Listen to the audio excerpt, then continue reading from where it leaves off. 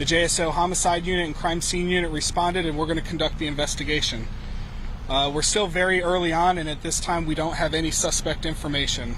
Detectives are currently canvassing the area, interviewing neighbors, and reviewing video surveillance.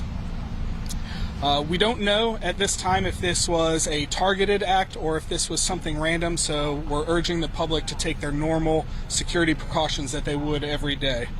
We're asking that anybody with any information to reach out to JSO at 630-0500.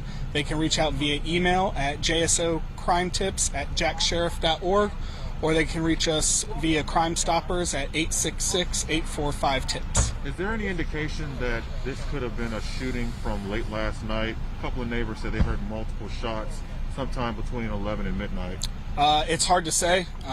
We haven't received any of that information from anybody that we've spoken to yet.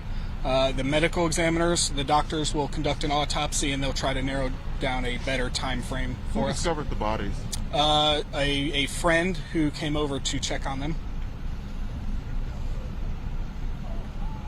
Anybody else? Is it a possibility this may be a murder-suicide? It's hard to say at this point. The medical examiner's office, they have just gotten to the scene, and they're beginning their work, and they might be able to give us a little bit more information towards that. At this time, though, it's really hard to say. I know you said that there were neighbor surveillance cameras, obviously. We're hearing that the victim may have had multiple surveillance cameras. Are you guys able to access that, or is that still going to take a warrant? So at this point, there are several different security cameras. Depending on who owns the residence, that will determine exactly what process we need to go through to review that. If the people that we've located inside, which we have not positively ID'd yet, if they own the video surveillance, then we don't need warrants for the ones that are here, but there are other types of surveillance systems that we do have to get search warrants for. But there are other surveillance cameras of other homes? I believe yes. I believe there's security there, footage there, as well as other homes. And those people, they can, because they own that, they can provide that without a warrant. Around what time did the neighbor or a friend discover the body? We got the call approximately 2:15 this afternoon. And they were located inside the house? Correct. They're inside of a residence, yes. And just know that the investigation is early, but just preliminarily, from what investigators can see now, are there any signs that someone came into the home, broke into the home, any kind of sign of forceful entry? Or I can't get into those details right now, unfortunately. Obviously, when you hear two people suffering multiple gunshot wounds, I might add, is there any danger to the immediate people that live in the immediate area?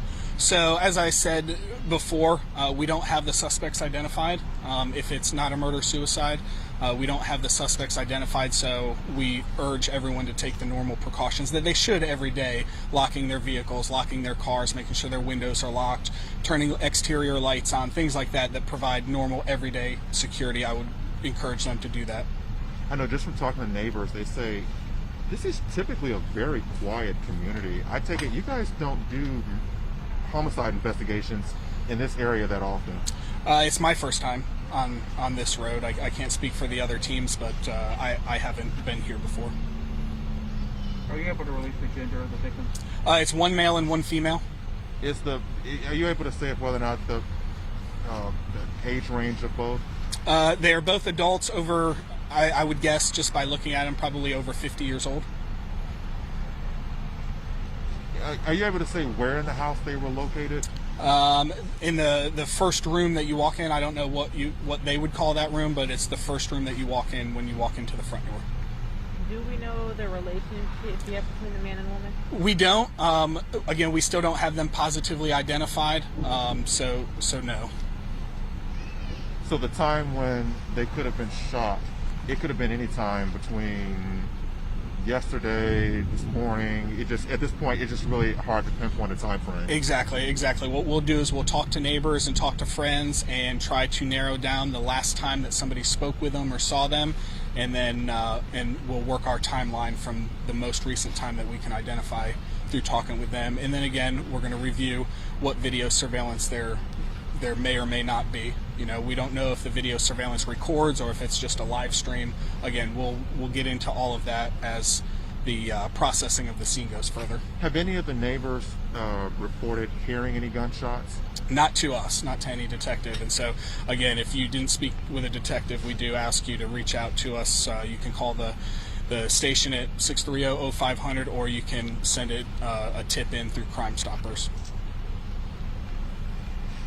All right. Thank you. Hey, before you go. Yeah.